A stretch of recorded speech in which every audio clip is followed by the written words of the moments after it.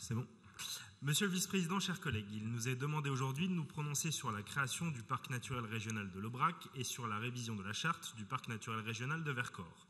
La création-gestion des parcs naturels est certes l'une de nos compétences historiques, mais rien n'empêche d'en faire le bilan et de tirer de ce bilan les conclusions qui s'imposent. En effet, les parcs ont été pensés comme des outils au service des politiques d'aménagement du territoire. Mais ces parcs se sont trop souvent transformés en gouffres à subventions, toujours plus gourmands en frais de fonctionnement, toujours moins efficaces en termes d'investissement et d'innovation.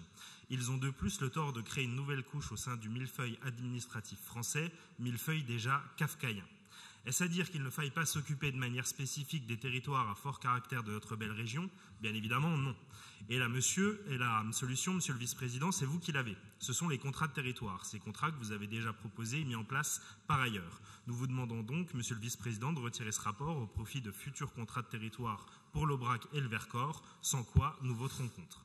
Mais permettez-moi de profiter de ce débat sur l'aménagement du territoire pour interpeller l'exécutif au sujet d'un scandale qui se déroule dans le département de l'Ain sur la commune de Villars-les-Dombes.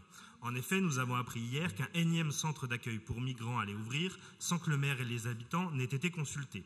Pire, l'association en charge de ce dossier s'est même permis le luxe de mépriser le conseil municipal, d'avancer masqué via une SCI tampon afin de cacher son projet final. Le maire s'oppose à ce projet avec force et de manière légitime. Ce centre, installé dans un ancien hôtel, ne présente pas les conditions nécessaires pour un tel accueil, en pleine zone d'habitation, sans équipement de surveillance et de sécurité adéquate, à proximité d'écoles et de complexes sportifs très fréquentés. L'inquiétude des habitants est très grande.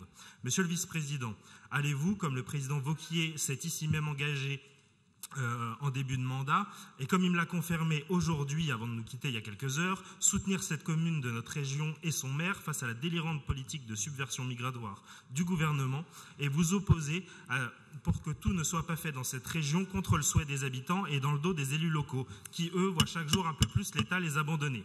Si vous souhaitez plus de détails, je suis à disposition. Je vous remercie et j'attends votre réponse avec grande attention. Merci. Monsieur Patrice Voire.